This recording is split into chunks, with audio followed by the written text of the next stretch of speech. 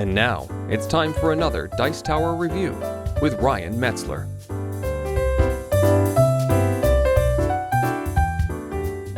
Hey everybody, it's Ryan Metzler here, and today we're going to be taking a look at yet another card game. This time we're going to look at a classic one, Glory to Rome, which has been in and out of print several times. Recently had a Kickstarter campaign to get a new version done, but a card game that's based upon taking actions and either having your opponents follow those actions or not take the benefit from them, and then in order to build buildings to get the most victory points.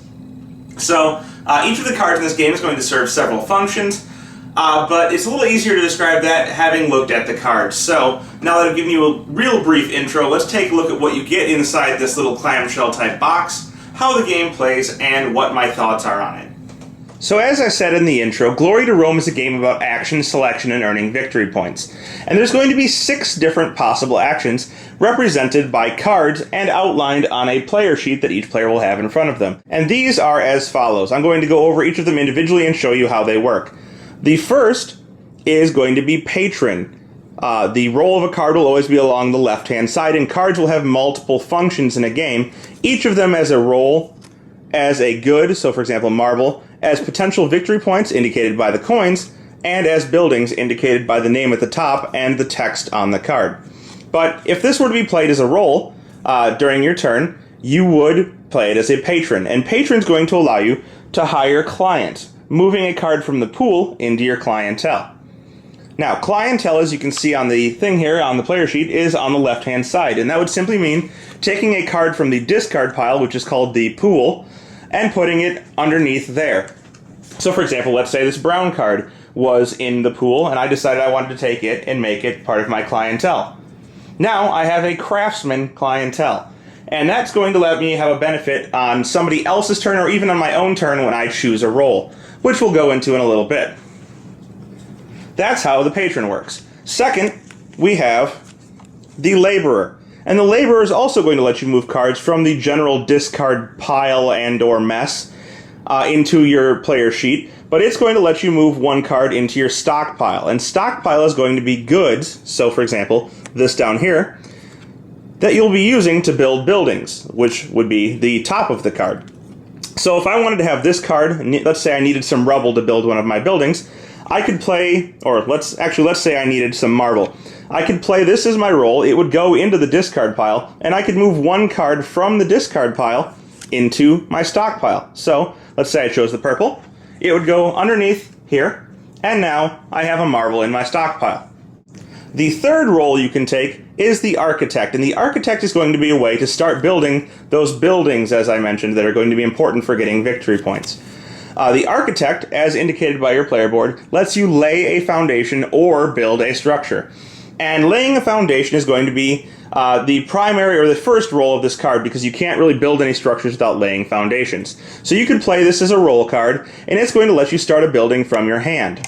And you're going to be building these on sites, which are these 6 different colors of cards you can see up here, each of which matches a color of card that you can use as a role. This is because roles can also be buildings, or all cards can also be buildings. And so for example, let's say I wanted to play the architect action, and I discard this into the discard pile, and I want to start a yellow building. I want to build the insula. I'm going to take the matching type of site here, and I'm going to place it underneath the insula. And you can see here it says that you need a foundation and 1 material in order to build this. So now I'm going to need 1 more rubble. I'm going to need a rubble to build this, and the material you'll need will always match the site and match the card. So I'm going to need to put 1 rubble underneath this card in order to finish it. And if I do so, the site is going to go back into my player sheet up at the top where it says influence, and it's going to score for a victory point at the end of the game, and it's going to allow me to have more clientele and various other things. The other option using the architect is that he's going to let you move a card from your stockpile into a structure. So let's say again that I'd started this building here. It's already laid out and I've started it. So I need to finish it before it's any good to me, before I can get the benefit of having a +2 to my maximum amount of clientele I can have. So I would need a card in my stockpile. And let's say earlier I had used the laborer to get this rubble into my stockpile. I could simply take my architect action by discarding the card to move this rubble underneath my building. Once I do that, the building is now built and I get the benefits from it, and that site goes under my sheet. All of the used resources can be placed underneath the building as well. The fourth role you can take is actually very similar to the architect, and that's the craftsman along the left-hand side. And what he does is he lets you also move a card from your hand onto a new structure, or onto a new site to start a structure, just like before. So I could use a purple and a purple site to start a new building, or he lets you move a card from your hand, instead of from your stockpile, underneath a building. So it really matters where you have the goods. So if I'd started, let's say I'd started a brown building and I have this brown in my hand, but no brown in my stockpile, I could use the brown in my hand, given that I had another craftsman to play, as a wood in order to continue that building. So it's simply a difference in where the cards are coming from in terms of using them to build your building between architect and craftsman. The fifth potential role is the legionnaire, and this is actually going to be a direct attack on other players. What he's going to do, he's going to let you demand materials from your opponents, the people to your left and right, or in a two-player game, the other player. And what you would do is you would show the legionnaire, you'd play him, and then you would reveal any other card from your hand, and say you reveal marble here. You're going to say, Rome demands marble, and you're going to show the marble, and anybody who is next to you that has at least one marble is going to have to give you one, unless they have a card protecting them from it. And you're able to take one out of the general stockpile, so out of the discard pile. And you'll add all of those to your stockpile, so anything that you get from your neighbors is going to go into your stockpile and become goods. So this is a way to steal things from your neighbors that you think they might have or that you need, or anything that you just generally don't want them to have. And then there's the sixth and final action, or role, and that role is the merchant. And the merchant is simply going to let you move any one card from your stockpile, so let's say I had this marble in my stockpile, into your vault. And the vault is going to be a spot at the end of the game where all of the cards in there are worth victory points. So that's another way of getting points. So on a player's turn, when they're the lead player, they have a choice of doing one of two things. They may either lead and play a role from their hand, meaning play one of their cards as one of those actions that I just showed you, or to think and draw up to their maximum hand size. When you lead, everybody else has the choice of doing something. They may either think, meaning that they draw cards up, or they may follow by matching the card that you played. So for example, if you were to lead a merchant, everybody around the table would have an option of following by playing a merchant card and taking that action as well. In addition to following, there's also the benefits that you get from clients, and clients are hired with the patron that I described earlier and placed on the left-hand side of your board. So let's say, for example, that I happen to have a laborer client, and I decide to lead laborer. Well, now I actually get to take the laborer action twice. Once for the card that I chose, and once for the client that I have that is the same type. Your opponents may also follow using clients, so they may choose not to play a card from their hand to follow, but they may follow with only their client and get the benefits as well. This is nice because they can draw cards using the think action on your turn, but still get the bonus for having the client in their spot. So the more clients you have, the more likely you are to be able to take an action. As I said, the objective of the game is to earn victory points, and you're going to do this through building buildings, using their benefits to the best of your ability. So for example, this one here says, anytime that you perform the patron action, you get to take a client from the deck, which is nice. Or we have, ends the game immediately.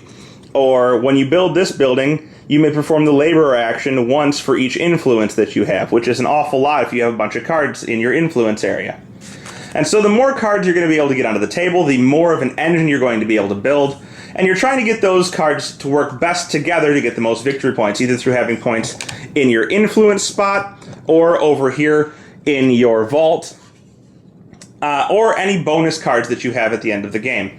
Now, there are a couple of special cards, and those are mainly in the form of jacks here. We have the jack, which is basically any roll. And on your turn, when you think, instead of choosing a patron action, you can take one of these jacks instead of drawing up to your maximum hand size.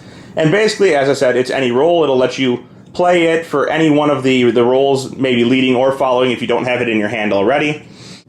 The game is going to end under one of two conditions, mainly for the most part one of two conditions. The first is that all of these sites that look like this are taken. So you can see there are a known amount of sites in each deck for each type of card. So we have 2 stone ones in this game because there are only 2 players, but there's also out-of-town sites, which are more expensive to build on. You need to take each action twice to build on these. So for example, in order to build on an out-of-town concrete site, you would need to have 2 architect actions, meaning you would need an architect and an architect client in order to take this action and use this.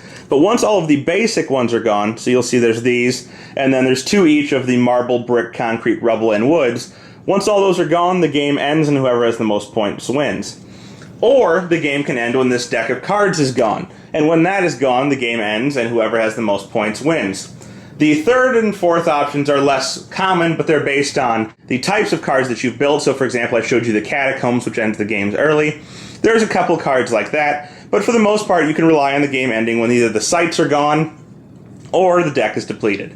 At the end of the game, you score points for your influence, for cards in your vault, and for any bonus cards you may have. Whoever has the most is the winner. So that's an overview of Glory to Rome, and it's really not an easy game to give an overview of. But really the game is mostly about trying to take actions that best benefit you through playing those cards from your hand, using your clientele as boosters for taking your actions so that you can take it multiple times, and being prepared with your clientele to take actions on other players' turns without having the appropriate cards in your hand.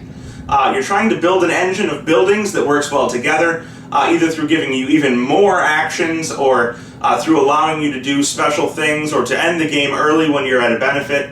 And you're going to do this best by balancing having a large hand with having enough cards underneath your clientele spot in order to take actions when you're in trouble hand size wise. So it's a really great and interesting game. The mechanic is very nice. It's nice that it uses something that's a little different than just selecting a roll out of a set hand of cards. You actually have to have the rolls in your hand that you have to draw randomly from a deck. So it's interesting. There's some interesting combinations, really nice combinations of cards that you can get. That is somewhat based on luck, but there is a decent amount of skill to the game. So if you like action selection games, if you like card games, I think Glory to Rome is one that's really great for any number of players from 2 to 5. One of my favorites and something that I think you should check out. Thanks for joining us today. For more written, audio, and video reviews, as well as the #1 board game podcast, check out the website at www.thedicetower.com. Until then, this is Eric Summerer, and you've been watching The Dice Tower.